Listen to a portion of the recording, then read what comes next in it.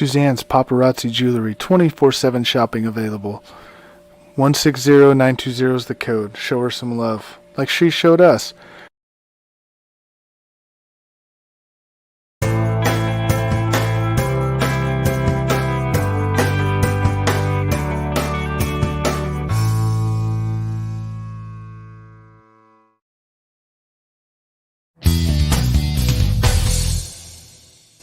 K&A Custom Crafts on Facebook.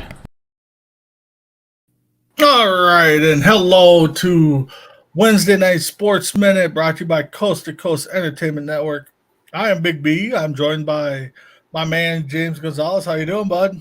I'm good. I just got off of work and I got home, and some history happened in Game 4 of this World Series that has so many twists and turns. It's just amazing. Not too often do we get to have a show where we can kind of say breaking news for people that haven't watched. But, I mean, of course, if you're watching baseball, you saw it.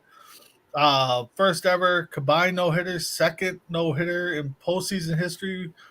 Well, actually, third if you count the perfect game in playoff history. So you had a perfect game no-hitter in the World Series history. Now you've had two no-hitters and a perfect game in MLB playoff history, no matter the round. So, but looking at the box score, James, I don't know how much of the game you got to watch or listen. I was tuning in here and there when I was playing cards. There was no offense after the fifth inning, it looks like. Yeah. I had the box score pulled up. Let me pull it up again. Because I believe, if I'm correct, the starter for Philly Nolan went 4 innings, 7 hits, 3 runs. The first reliever, Alvarado, went an inning, 2 hits, 2 innings. I'm sorry, inning, 2 hits, and 2 runs. So after that, neither team had a hit after the I'm sorry, no, there was a hit back in the ninth, it looks like, by Houston, and there were 3 walks away from having a perfect game. So congrats to the Astros. I mean, I know a lot of people are still saying they're the cheaters. They need to get over it. But to throw a no-hitter combined, props to them. I mean, that's always nice to see. And being there, I know you're going to probably see ticket stubs going outrageous, on eBay or, stuff like that. So, James, what do you think?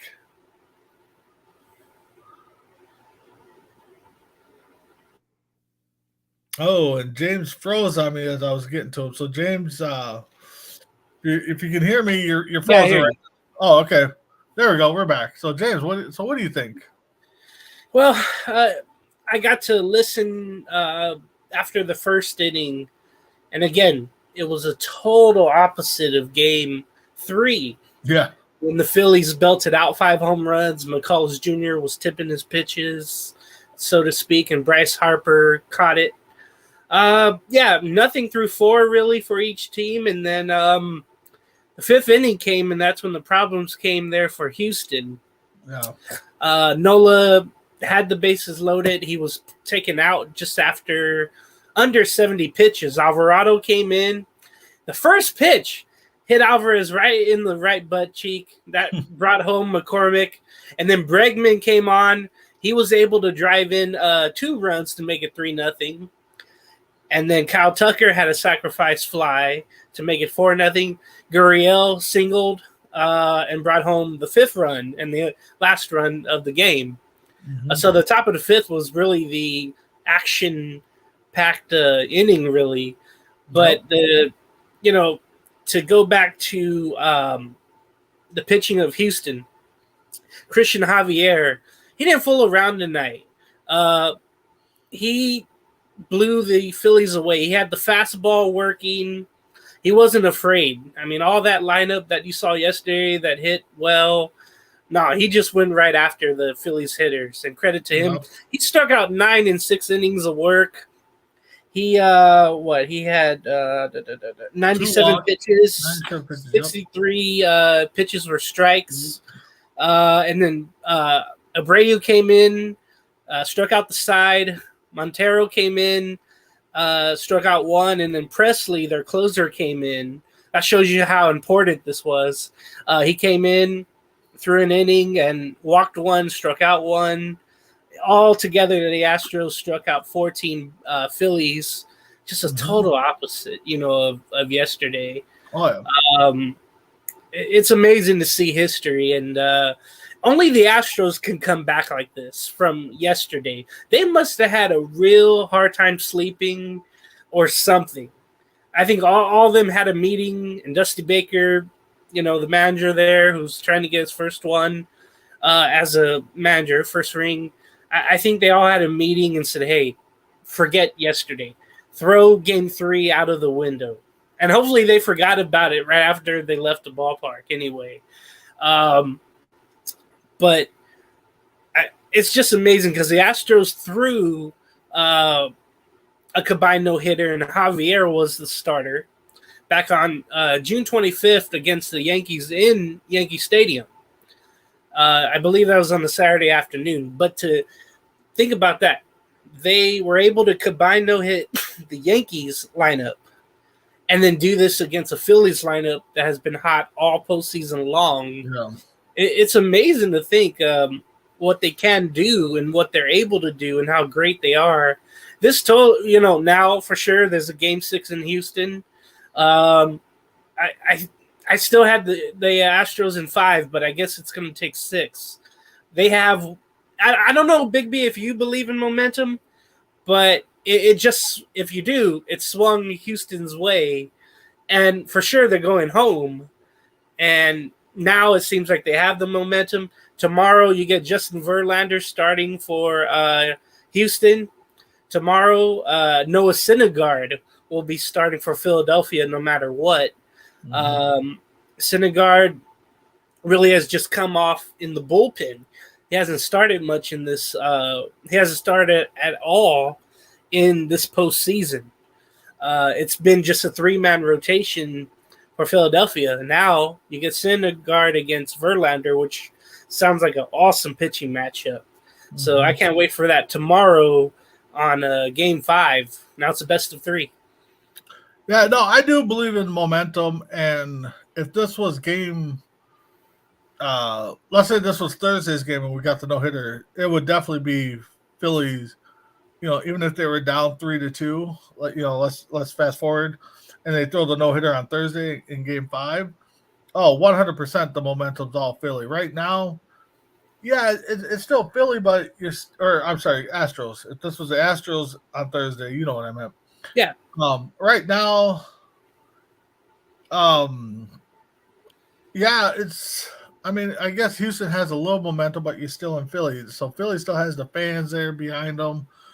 They're going to be riled up on Thursday. Definitely Game 6 or Game 5. I'm sorry. So I mean, Houston's going to come out with their A game, and because I think the first team that's going to score, if it's is going to win this game. Possibly. That's how it's been the last 2 games. Yeah. Yeah, but if Houston could come out and put a crooked number up, before the 3rd inning, before let's say Philly gets going, then it's all Houston, from here on out. But like you said, it's a best 2 out of 3 now. So the next 2, I mean, Philly's got to get 1 here, 1 in Houston, and now Houston, all they have to do. I mean, granted, they got to get 1, 2 more games too, but they're going home, so they got definitely a little advantage. Unless Philly can come out and top this no-hitter by throwing their own no-hitter, then I would say then it's probably momentum Philly. But right now, yeah, it's Houston's momentum, I think, by a very little bit, because Philly's still at home. So, well, with that being said, I mean, it's always nice, like I said, to get on and pretty much be able to talk breaking news, because I was going to talk football first instead of the World Series, but I don't think we can do justice and not talk about a little football here, or baseball. So, James, I got to find them. So let's get into a little football talk. the big news today, we'll start with today's news, is Snyder has hired the Bank of America to explore Commander sales. So, is the NFL calling his bluff, or is he just kind of walking out on his own? I think I he's don't. doing this for protection, honestly. Okay. I mean, but the thing That's is, all I can think of. but the thing is you come out and said you had all this heat and all this stuff on all the other owners in the NFL, and and then they come and call your bluff, and you're kind of like, okay, I guess I'll just take a back seat, I guess, So, I don't know. I guess we'll see what happens. Typically the NFL will win, when they want to. So, just trying to find you. You said you had the trades up there. Yeah, I got him on So let's go back to the first Carolina trade, mid-October, I believe it was. So Carolina made two trades early. You want to explain what we had there? Yeah, Robbie Anderson, he had the sideline explosion against the wide receiver coach in LA. Yep. As I think you have me here. Yep, On October 16th, that loss, Robbie Anderson was kicked out of the game, basically, and then he was traded the next day to the Arizona Cardinals in exchange for a 2024 sixth-round pick and a 2025 seventh-round pick, so pretty much for nothing. Robbie Anderson never really fit there with the Panthers. Well, obviously, though, he had so many different quarterbacks, and they thought they had Mayfield, and they thought he was going to be the one to throw for years to him. Yep. He put up some great numbers with the Jets, but really nothing with the Panthers, and I thought that was going to be a great match. But now he's with the Cardinals. You put DeAndre Hopkins with him, and I think that's good for the Cardinals, but it's also good for the Panthers, as they just tried to trade whoever they could, honestly. Yeah. So I'm looking at a website here. Give props to walterfootball.com. They got NFL grades. So they're grading this as a B plus for the Cardinals and a B for the Panthers. Maybe just because they got rid of a head case, I guess you could call it. Like we said, I probably would have given the Panthers a C on this one, but definitely the B plus for the Cardinals. I mean, if he can produce, I mean, like you said, you got Hopkins on one side, you got Murray throwing, so Zach Ertz. Zach Ertz. So let's move on to the second Carolina trade. Christian McCaffrey was traded to the San Francisco 49ers on October 21st. He was traded for a 2023 second round, third round, and fourth round pick, and then a 2024 fifth round pick. So remember, he has this year and 2 more years left on his contract. It's something the 49ers will have to absorb, but I think they want him to go along with Deebo Samuel, and that's going to be it could be really explosive if they're healthy. We all know McCaffrey's had his health issues. Deebo didn't play last week. They didn't need him against the Rams in LA. But again, this was Carolina trying to get whatever they can. Hopefully they could find some gems.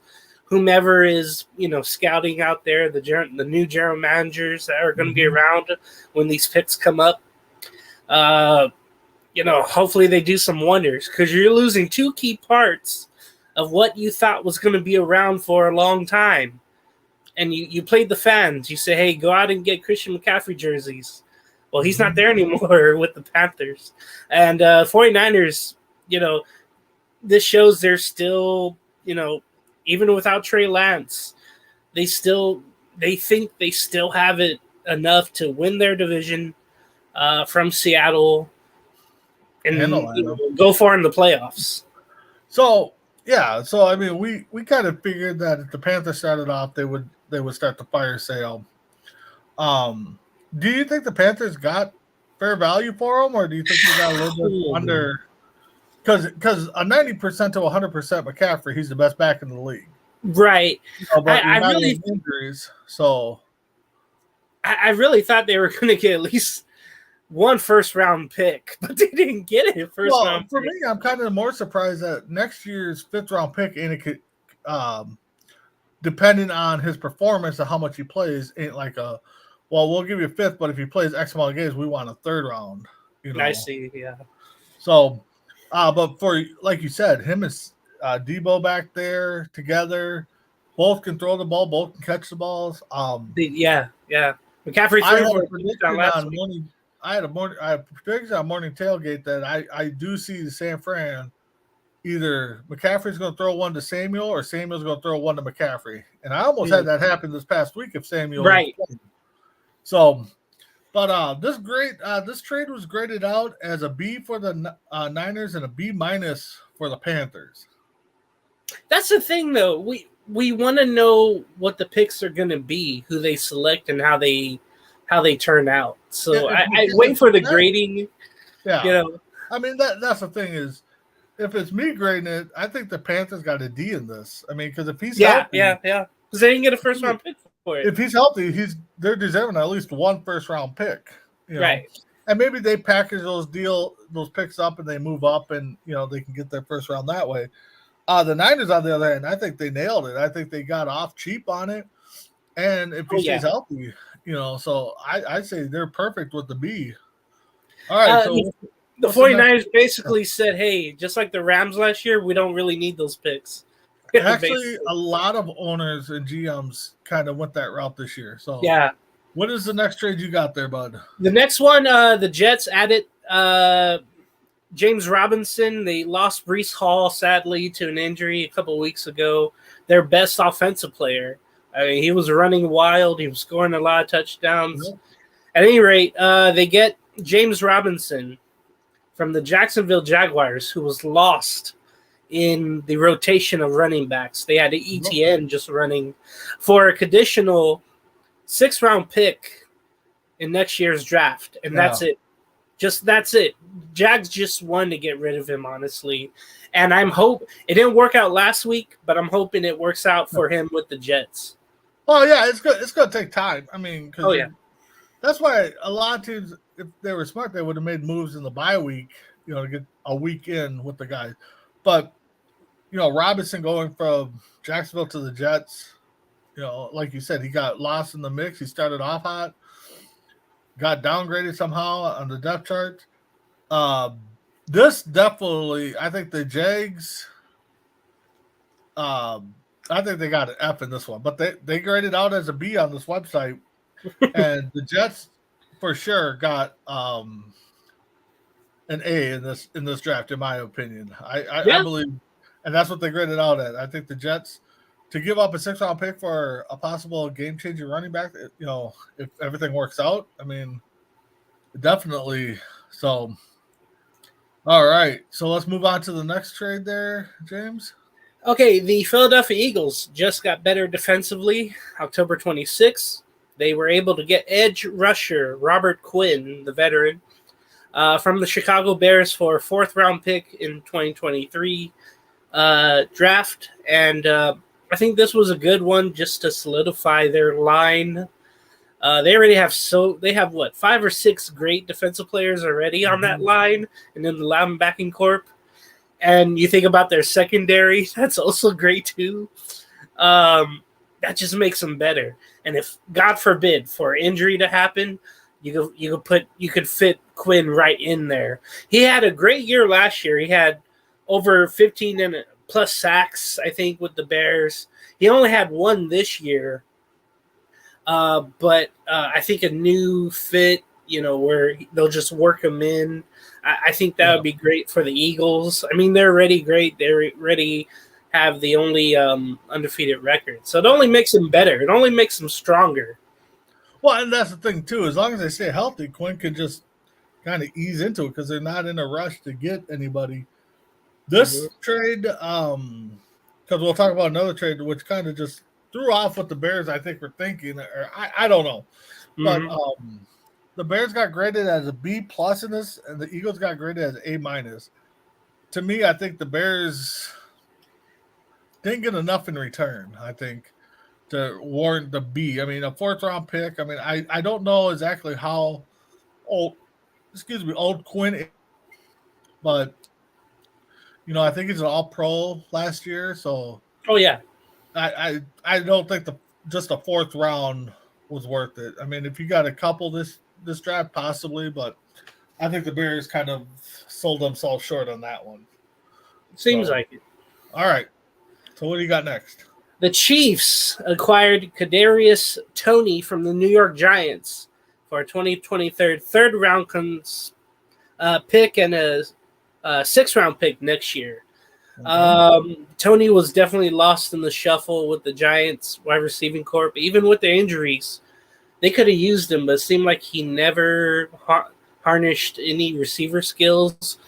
They tried in rounds with him, last year, but he never really got any receptions, honestly. So he had a small nagging hamstring injury, they're saying. Yeah, that's true too. Yeah. But it just seemed like he was gonna catch on, but he never did. But now he goes to the Chiefs where he can learn from a great system, an Andy Reid system, working with Pat Mahomes. You throw Juju in there and all the other weapons they have. He's probably fourth or fifth on the depth chart of the receiving corps, and hopefully, we can see him in some games do some things. And I think that's the only way to revitalize his career, how short it is so far. Yeah. But Tony to the Chiefs. Yeah, he was a 2021 first round pick last year. But the Chiefs, again, they keep loading up on offense. The defense is, a little bit above average, average at best, I guess. But the Giants to get a third and a sixth for him, yeah, I guess, nagging injuries, he's not playing, so they got something for him. The Giants got graded out as a B minus. Chiefs graded out as an A. I think they graded the Chiefs a little bit too high because, I mean, they don't need another weapon. Yes, weapons help, but you're probably not going to see them that much, barring injuries, unless, the Chiefs like to throw schoolyard football, so they might just do whatever, So That's right. I think they graded the Chiefs too high. So what's the next trade we got? The Ravens acquired Roquan Smith, who was wanting to get out of Chicago in training camp and in preseason. He didn't even suit up, and then he came back and played this year for Chicago. He was traded for a second-round pick and a fifth-round pick. They don't say the years here, but I'm guessing next season. Roquan Smith, he's been with the Bears for a while, and I can remember him getting teary-eyed at his little press conference the day after, or I think that morning of Robert Quinn. When he heard the trade, yep. Yeah, and you just knew I knew he was going to be gone.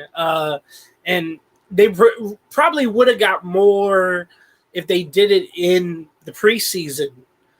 They probably would have got more picks, honestly, not players, but more picks.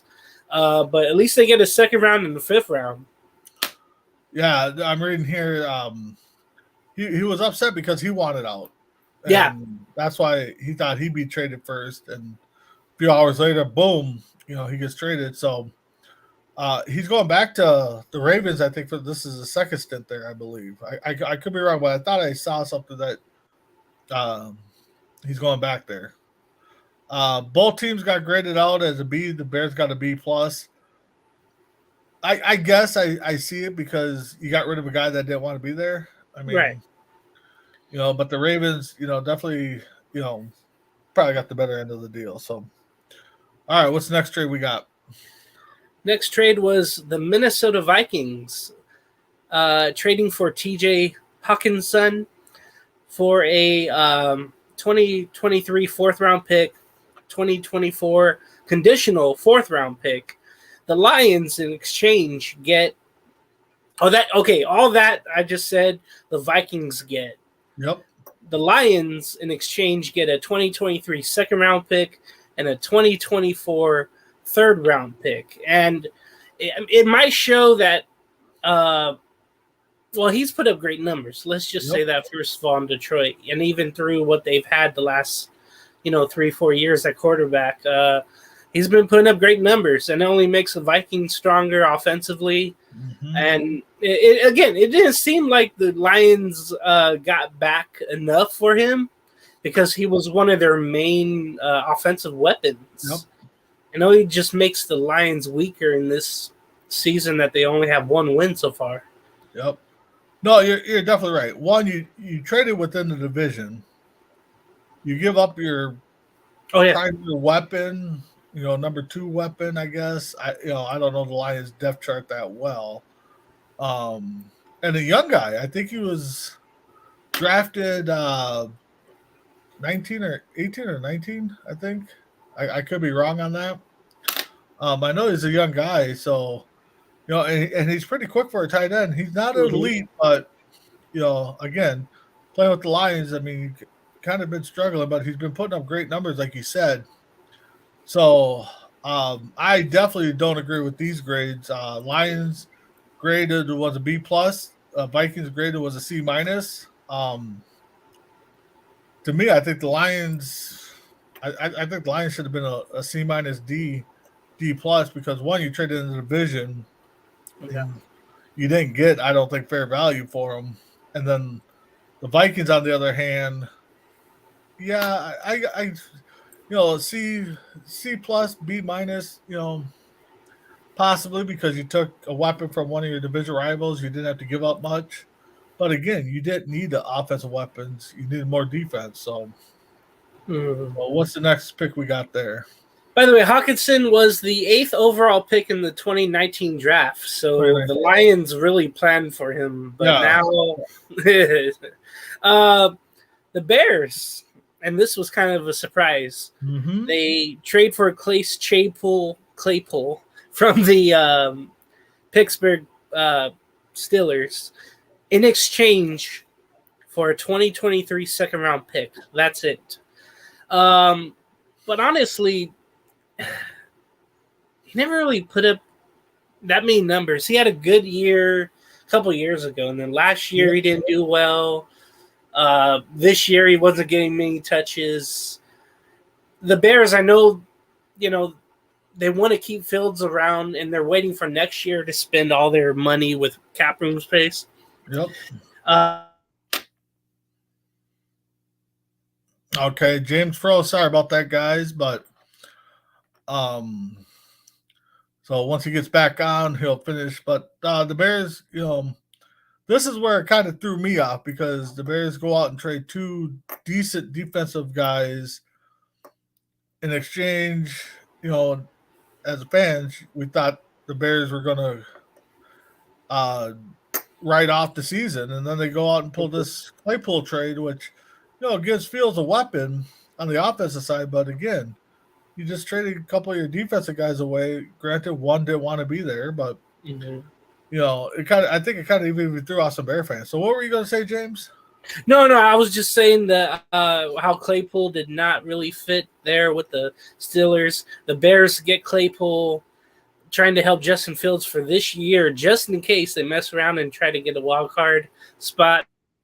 But it's good for Fields if he could get him the ball, basically. Yeah, exactly. You're right. So they graded the Steelers as an A in this trade, and they graded the Bears as a C. Now, if the Bears didn't make the other 2 moves, I think this is an A trade, B plus trade for them. The Steelers, I don't know. I think the A is too high. I'd probably go with a solid B. Yeah, I don't think. I mean, yeah, Claypool has had one good year. He's been semi-good, but so what else do we have? I think maybe the most impactful trade, this one. Bradley Chubb was traded from Denver to Miami. And then also a 2025 5th-round pick to Miami for a 2023 first-round pick, a 2024 4th-round pick, and finally a player involved. Yeah. Chase Edmonds, who didn't really do much with Miami. He did last year. But a running back, which Denver really needs, honestly. They've lost a couple running backs. Javonte Williams was supposed to be their main guy, but he got hurt against the Raiders back in week 4, I want to say. But I think this was a great trade, not only for the Broncos. They get some draft capital back. Remember, they traded a lot of their picks to get Russell Wilson. That's not going well so far. And again, getting Chase Edmonds, he's very serviceable. You saw that with Arizona last year when he shared the running back time with James Conner with the Cardinals. Now, Bradley Chubb, he was expendable, and you knew you could get something for him. And the Broncos, they already have some young core key pieces on defense that can replace him at linebacker. And I know that's why they did this. Bradley Chubb going to Miami. I feel like this, again, is the most impactful. This only makes a Miami defense that's good. It only makes them greater. And, a couple of years ago, they had one of the best defenses, top 5. Now, this really brings them up. I don't think it will overtake Buffalo, but it should guarantee them a playoff spot. Yeah, no doubt. This Chubb move, actually, first when I saw the Chubb got traded, I'm like, oh, Browns made a move. Yeah, then I saw it with the Broncos. So, but yeah, the Dolphins' defense was good last year. This just helps them out better. Like you said, the Broncos, on the other hand, was trying to get some draft capital back. They got a first-round pick, a fourth-round pick. No, I'm sorry. Yeah, they got a first and a fourth, and then a running back, which they needed, like you said. So, and I can't disagree with these grades. A for the Dolphins, B for the Broncos. I think they probably nailed that one because, like you said, the Broncos got some draft capital back. So, I think we got one or two more trades left. I just have one here on November 1st, just like Bradley Chubb. The suspended Calvin Ridley was traded, the wide receiver who was out this whole year for betting on the game last season while injured. He was traded to the Jacksonville Jaguars. It could be a trade that could have the Falcons get a 2023 fifth rounder and a 2024 second rounder. Remember, Calvin Ridley, again, was suspended for this whole season for a game he betted on with the Falcons playing the Jaguars. And I think the Falcons won that game, but anyway, I didn't know you can trade. Well, Watson was suspended. Well, no, he wasn't suspended yet when he was traded. But it just seems kind of messed up the way this situation has gone for Calvin Ridley. And for him to go to the Jaguars, who seem to make the wrong moves all the time. This just adds to the pot here. Good for the Falcons, though. They at least get something. And I mean, a second-round pick in 2 years, that might end up being great for them. They seem to be on a team on the rise, but they just have to play better. And they have to get better talent. And this could help them. But, yeah, Calvin Ridley, who's suspended, was traded from the Falcons to the Jags. That's the only trades that I have. Okay. Yeah, there was a couple I saw left. Well, with this trade, if and when Ridley comes back, he could be a solid number 2. So it gives Lawrence more weapons there. I'm reading here that Jacksonville will reportedly surrender a 5th or a 6th round pick in this year's draft, and a 2024 second, 3rd, or 4th round choice, dependent on when Ridley is reinstated and other factors. So I guess it'll all depend on the Falcons on what they want, or maybe the NFL will be like, okay, you can only choose from this. I don't know how that all works out, but for this, they gave Jacksonville an A- and the Falcons a C. I think the A- might be a little bit too high right now. I mean, he's not playing. Yeah, exactly. So he's not going to play. But in the long run, I mean, they might win this draft. Falcons, for not having a guy playing, he's I say a C. They got what they caught for him. So one trade here. The Dolphins acquire running back Jeff Wilson Jr. from the 49ers for a 5th-round pick. So that just gives the Dolphins a running back that they just traded, and the 49ers a 5th-round pick. They graded that one. Dolphins C, Niners an A. So I'm guessing because Wilson wasn't playing that much, they got a pick for him. There's another trade here involving the I think it was Dallas. Let me see here. I don't think we got to that one. Got to that one. Oh yeah, it was the Dallas Cowboys and the the Vegas Raiders. Dallas acquires defensive tackle Jonathan Hackins. Yeah. From the Raiders for a late round pick swap. Yeah, he never really made an impact with the Raiders. Never really got some sacks. He did well on the running game, but it just seems they have a couple more players they can trade away or get rid of that didn't work out with the Gruden picks, and he was one of them. Yeah, so pretty much Dallas got him for nothing. Because the Dallas and Raiders are swapping 6th and 7th-round picks to make this happen. So it's not like – so this one should have been graded an A by Dallas because they're getting a player. They're not giving nothing up, just swapping picks. But they gave it a B. They gave Raiders a C+ on it. I guess I don't know much. I mean, I know you follow the Raiders, so you know a little bit more. But, I guess if he's not being used, you got a couple picks out. You're swapping picks for better picks. So, yeah, the Cowboys gaining a guy and not having to give up picks, I guess, makes it right. So, but yeah. So, any surprise people that you thought were going to get moved and didn't get moved? Well, there was one more trade I saw. It was the Bills trading for Naheem Hines from the Colts and Zach Moss, who was rarely getting used with Singletary being there. I think that's going to be great. Now, I thought Brandon Cooks, just like last year, he didn't get traded.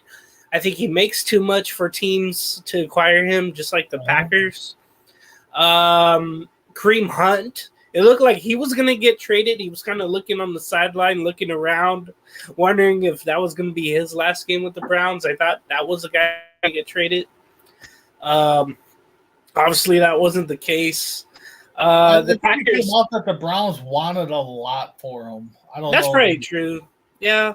No. But I thought the Packers were tremendous losers, but it seems like we mentioned, it seemed like Rodgers just took all the money himself, and there's no money left to acquire people that he really needs. Cam Akers, the unhappy running back with LA, the Rams, he was supposed to be traded, but he's been unhappy for a lot of time this season, since preseason, honestly.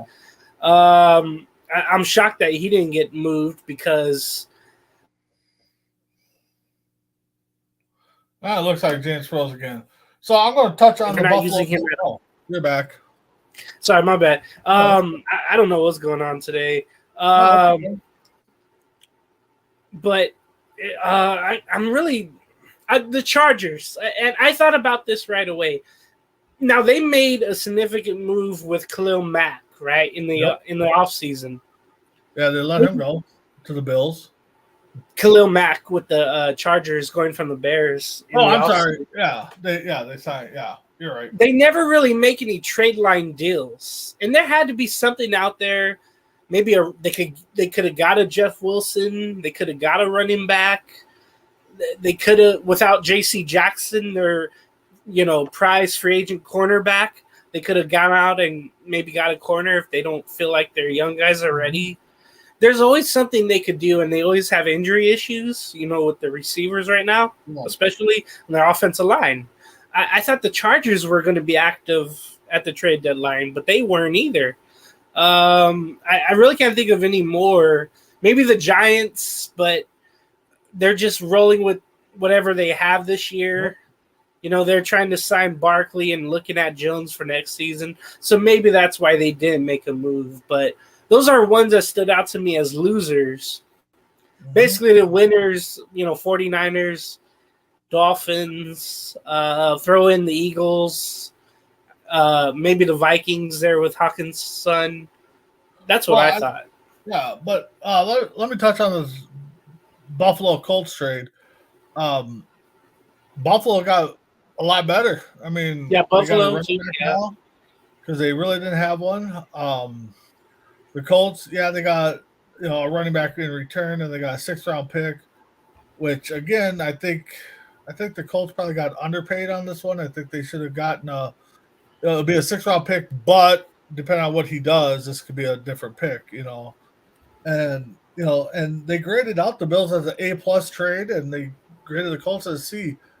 I can't argue that. I think the Bills got definitely an A+ deal out of this. Colts, on the other hand, probably C. They probably could have got a little bit more. But I think you named every guy that I was thinking of that thought was going to make a move. Teams that thought were going to make moves. I know the Packers are salary cap struck, so it would have had it been restructure this guy, or you get rid of some dead weight, and probably nobody wants it, and so. The Vikings, on the other hand, not to be a homer, I definitely think they, got one out of the ballpark here. I wish they would have went defensive side, but it doesn't hurt to have more weapons. But like they said, defense wins championship games, and if you can't stop the other team from scoring, doesn't matter how many points you put up if your defense can't stop them. So it'll be interesting to see how the new tight end fits in. Irv Smith is hurt; he's going to be out for a little bit. So once he comes back, I mean, definitely it's going to be an interesting look to see how these teams fit in. San Francisco, I think, did a hell of a deal. I think McCaffrey's going to help them out being healthy.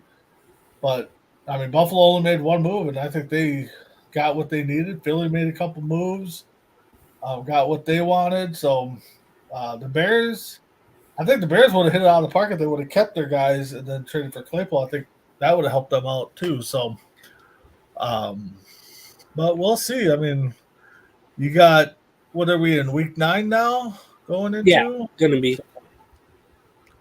So it'll be interesting to see what these next 9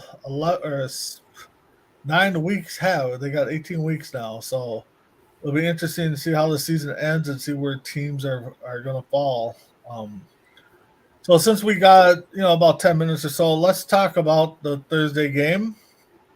You got the Eagles at 7-0. You got the Texans at 1-5-1. Billy's up favored by 13.5. I know the Thursday night games have been boring, but is there any chance in hell that Eagles blow this game? I don't think so. Personally, I'm going to watch the other Philly-Houston matchup, and that's in the World Series. Originally, there wasn't supposed to be a World Series game intertwining with the Thursday night football game, but rain delay on Monday, and here we are. I expect Philly to make it 8-0. Texans lose their 6th game of the year. I think Philly just has too much talent, honestly. Texans, they average the 29th most points in games. The Eagles, 3rd. When you think about it, in a lot of categories of the season so far, the Eagles are top 5 in mostly every category. The Texans are in the bottom 5, so that just shows you the disparity of talent between both.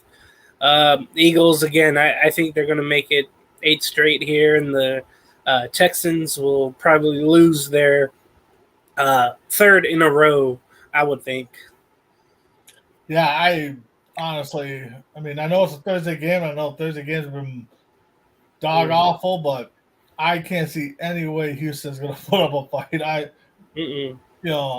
And if any Houston fans are watching, sorry. Unless you, come on next week and say I told you so. But I just can't see it. Philly's flying high right now. I just, I don't think the short week's gonna bother. I even had to look. I had to remember if Philly played last week because I'm like, God, they didn't play last week. They're definitely going to kill them, but they did. They played the Steelers and kind of manhandled them. So, but let's speak for the Eagles for a second here. When do you think they're going to get that first loss? A lot of people are thinking they could run the table for a while. So, I think what is it in December they play the Dallas, right? Yeah, so I got of course they got the Titans. Then the following week on the 14th they got the Commanders, which division games are always tough. Oh sure, yeah. But they're at Philly, so they get a week off to really prepare for them. Wow. Then you go to the Colts. Mm-hmm. Then you're at home against the Packers, who knows? I mean, at the beginning of the year, I would have said, okay, the Packers are going to win this one. Mm-hmm. Then you got the Titans, who are coming around. They're a second half team, so they're that but that's at home. That's at Philly. And then you got the Giants, who are sitting right now at 6-2, so that could be a big time matchup there. And then you got the Bears, which again, who could the Bears. Then you got the Cowboys in Dallas on day before Christmas. And then you finish up with the Saints and then the Giants again. So I'm looking at Titans and Giants, the back-to-back weeks there. That could be their tough run. Yeah, well, the Titans are like one-trick ponies. If that defense just squares on Henry, you're good. Yeah, just allow them to run. Right. With the Giants, they don't pass well; they run well. And if your defense is number one, you can stop them. The only hope maybe Chicago has there, if the weather plays in their favor. That's all I can think of. But again, I'm looking to the day before Christmas in Dallas or in Arlington, when the Cowboys host the Eagles, and I said, hey, the next time they play, I'm gonna be watching, because I watched, of course, when they played the first time, and the Eagles, that was 26-17. Yeah, and that was without Dak, right? Yeah. So this time they have Dak, and he looked really well after a little rocky start. Remember, that was his first start. He looked bad at first, but he was able to get it downfield better. So maybe against the Cowboys again is their only loss. That's what I see. I see 16-1. Okay. Yeah, I could see, barring any big injury, 16-1, 15-2, I think if they can get through the Titans and Giants, and not lose again, then Dallas is going to be their first tough matchup. And then that second Giants game might be a game where they sit a lot of their guys because they'll have the division wrapped up, and they'll be like, that might be their second loss. So but so, and the Cowboys, they got a pretty easy schedule until they face the Eagles too. So they're not going to get much pressure on Dak if he stays healthy. So, but with that being said, James, let's touch a little bit on the NBA here for last few minutes.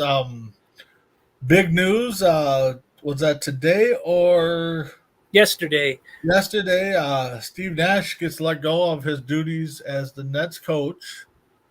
Have you heard of possible replacements at all, or who do you think could go there? Well, first of all, let's start off with Kevin Durant. In the offseason, he basically said it's either me or Nash. And then somehow he said, well, okay, let's try it out again. And obviously it still wasn't working out. They were, 2-5, I think, and weren't doing well anyway. And the scapegoat was basically Steve Nash. But KD called for it, basically, I think, and he said, if you want me, you'll get rid of him like you should have in the offseason. I think he wanted to have his own coach. The Nets, right after that, were in talks with Ime Udoka.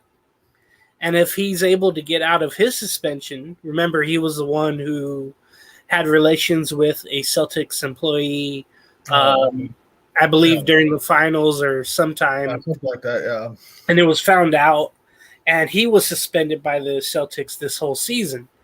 Well, if the Nets hire him, it's a lot of scrutiny. You're basically, getting a guy who's kind of looked down upon right now just based on, what he did.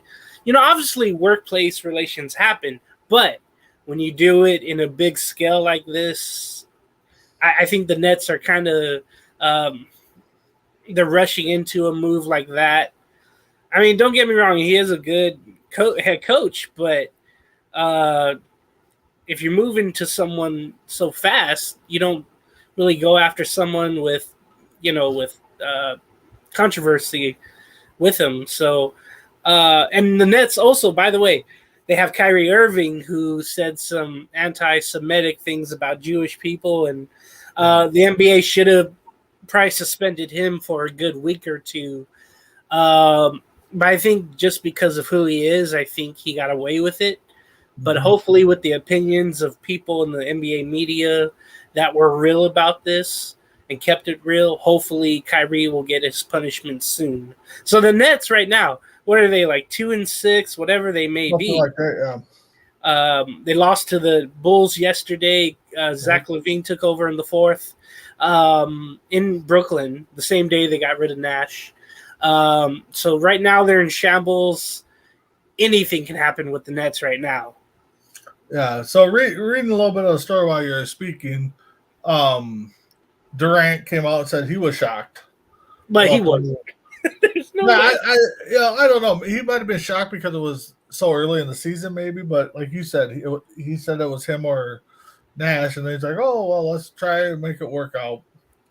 I don't know. He's an absolute liar.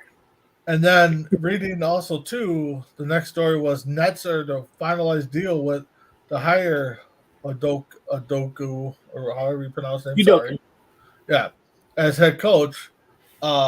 Boston's not going to stand in the way. He's suspended for the 2023 season, 2022-2023 season.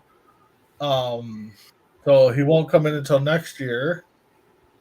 But the Celtics said they're not going to stand in the way, so they're going to let him, sign wherever. So it sounds like it's going to be the Nets. And he was the assistant under Nash in the 2020 and 2021 season. That's right, he was. Yep. Yeah. So that's why. So it's familiarity. So and that's one thing. To me, I don't think players should dictate who the coach is. I mean, should they have a little bit of say in it and be like, okay, yeah, I think this coach could fit my game style, but the team has to do what they got to do. They can't just fit one person's game style into them or let them dictate who plays on a team and who doesn't, in the LA team. But, like you said, though, it's kind of weird that they fire a guy and then they're already in talks with getting a suspended coach. I mean, it's weird. So maybe that was the whole idea, once the whole Nash thing came about. I don't know. So, manipulation, basically.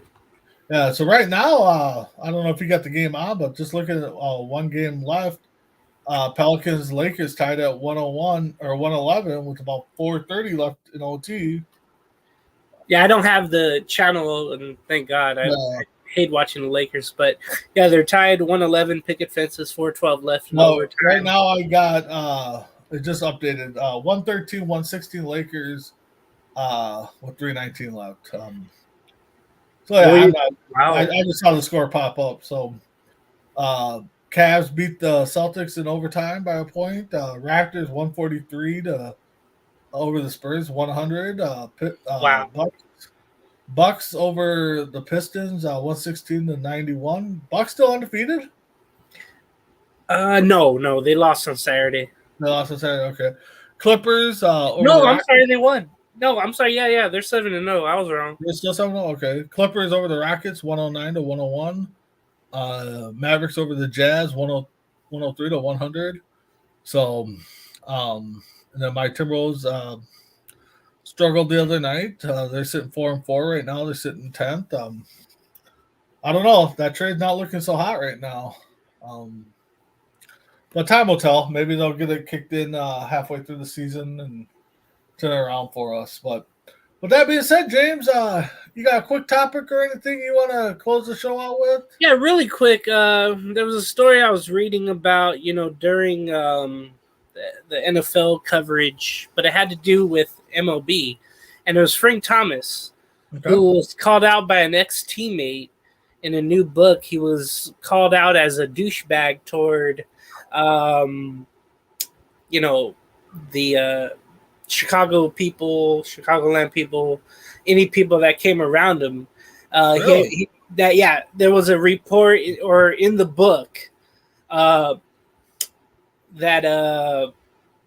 was about Bo Jackson, and one teammate of both of theirs had this about him, that he was a diva, he was selfish, he didn't want to bat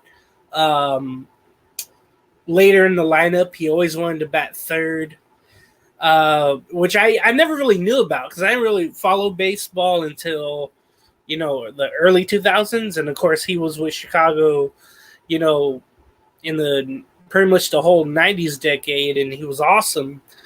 But he supposedly treated teammates like garbage. He never wanted to change lineup spots in the order. He was just a mix of personalities. And then he never wanted to sign for, fans, out on the restaurants or whatever. But yeah, there was some things that I read, and it was Lance Johnson who was the teammate that called out Bo, or in this Bo Jackson book about Frank Thomas. And there was a time that Bo Jackson had to, tell Frank how to be and tell him to shut up sometimes. That's how it was. I mean, these are two Auburn guys, but that clubhouse in Chicago, talking about 93, remember they were able to win their division and play in the playoffs against Toronto, I believe, or the wild card. I can't recall. No, it was the AL West, with Chicago. Anyway, they had a lot of different odd personalities on that team, but there was just so many things, and I'll let everybody read the book or read the quotes about Frank Thomas, but reading all of the Facebook and whatever value that brings, reading all the comments you have, oh yeah, he was a complete prick to people, oh he was the nicest person, he was signing for everybody. You had just a mix of different personalities, and you never know. He could be anything at any time, but I saw him, of course, tonight on the Fox post-game show of the World Series, and he seems to be a nice person. But maybe, 80s, 90s, with that generation, 70s, they had a bigger ego back then. But, I know, you're in Minnesota. Did you ever come across Frank Thomas? Did you ever see him? No, the games I went to, saw him was sign a ball here or there, and I always thought he was a great guy. That's all I heard. I mean, dude was huge. Definitely, I would have loved to have seen him in a Twins uniform, batting third, fourth, fifth. But no, I was reading some of the quotes here. It was Perlman. Yeah, see, he's the guy who made the Showtime book and all these stories that may have happened or may not have happened during the Showtime Laker 80s time. And he has that show called Winning Time, where some of the stories are false and falsified for entertainment purposes. Because that's who they're saying. Jeff Pearlman was the author of the book. In his new book, The Last Folk Hero, The Life and Myth of Bo Jackson. He explains how people called Thomas a douche, diva, stuff like that. And then a couple of people come out and said that, just reading down here, that Bo Jackson was pretty much the only one that stood up to Frank Thomas. Told him to, shut up and play right, pretty much. So, that's definitely a book I, might have to catch and see. And, but yeah, it's shocking to hear something like that because, you never heard a bad thing about Frank Thomas. So. Yeah, I never did, and I just hope this stuff isn't true. You hope all your But Thomas has heroes- left a comment on it, so we'll Yeah. see once Thomas comes out. And so, well, with that being said, James, you got anything popping up podcast wise coming up? Not yet. Actually, just doing some shows back on Ison, maybe on Thursday and Monday about the NFL. So catch me on that. And I'll be, I think, with Mess Around Dave on Monday, recapping the NFL as well. Yeah, the nightcap with Mess Around. So That's it. Yeah. So with that being said, check us out all week long. Thursday we got Creeping It Real. We got OVW Wrestling. Friday I don't think we have anything scheduled, so we might replay Tuesday mornings Rankum and let you guys see that again. Saturday I think we're doing Kicking It with Ace and Mess Around. Nice. Sunday we got Morning Tailgate where you'll see myself, Mess Around, Tim Hendricks, Crispy Bacon hanging out. Don't forget the Four Bros Radios on Monday morning, about midnight Central. On Mondays and Fridays, where you'll see myself, J Mac, Mess Around, and the Working Man Crispy Bacon. Sunday night, we got Between the Ropes. Tuesday, we got On Deck and Tuesday Night Mania. Also, Tuesday mornings, again, C2C Rankum with myself and Tim Hendricks. And Monday, I think Nightcap with Mess Around, like you said. And I'm trying to think of the other show, Red Tape Files. I know they've been hit or miss. And then Wednesdays, don't forget Bo and Joe show before Sportsmnute. So, with that being said, thank you for the viewers for watching. And I hope the comments were working. I didn't see anything pop up. But with that being said, James, thanks for joining us. And we'll see you all next week on Sportsman. Have a good night.